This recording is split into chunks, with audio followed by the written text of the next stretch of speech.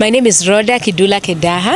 I am a media personality with a show on marriage. I talk to teens and I'm a content creator, very loud on social media as well. So yes, I got pregnant at 17, gave birth at 18.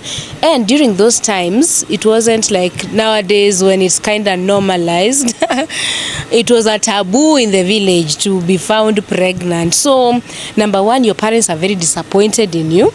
Number two, you want to kill yourself because I had just done KCSE. So I had the whole future ahead of me and everyone kept reminding me that, you have now lost everything. Your future is done and all that.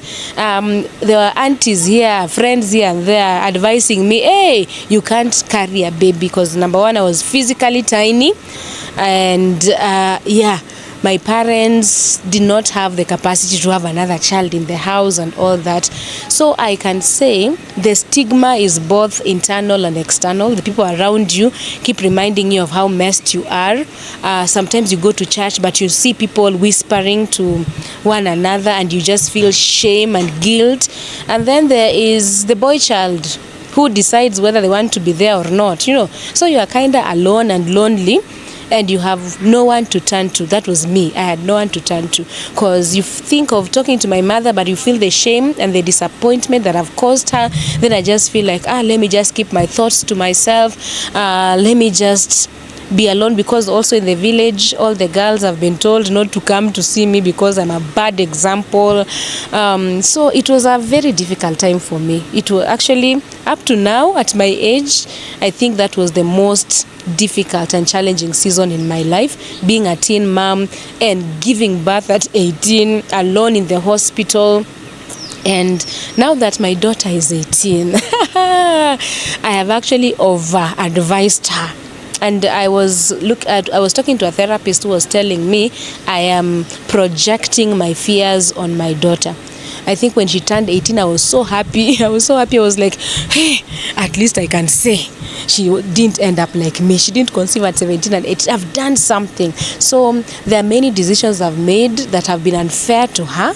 Because of my fears, I'm like, she has gone to church. Is she really in church? Because when I used to lie I'm going to church, I was with this boy. So there's so much that has affected her as well. But I'm learning each and every day to be a better parent to her, how to advise her, how to model to her what it means to live in purity and all that.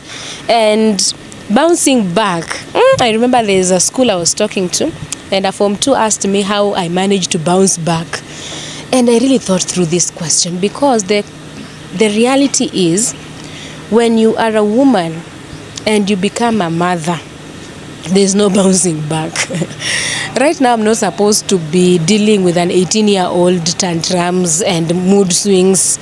My age mates have 4-year-olds. So there's no bouncing back. You just cope as you go. My life changed when I became a mother. When my age mates were going to university, I was busy in hospital delivering, and that changed everything. When my age mates are in university, your life takes some, you hold some processes in your life, some milestones have to take a backseat as you deal with motherhood. So there is no bouncing back. Even for people who are married and they become mothers, there's no bouncing back. You become a mother until you are 80. Your child is 50, you're still a mother. So that is a consequence that young girls need to know, that you won't just get pregnant then you bounce back like Rawder. Who told you Rawder bounced back? A trauma. Oh yeah. Inside them. So how can they deal with some of these things? The teenagers. Yes. For me, I found Christ because my dad is 70. I can't go back and tell my dad, you never told me you loved me, that's why I was pregnant.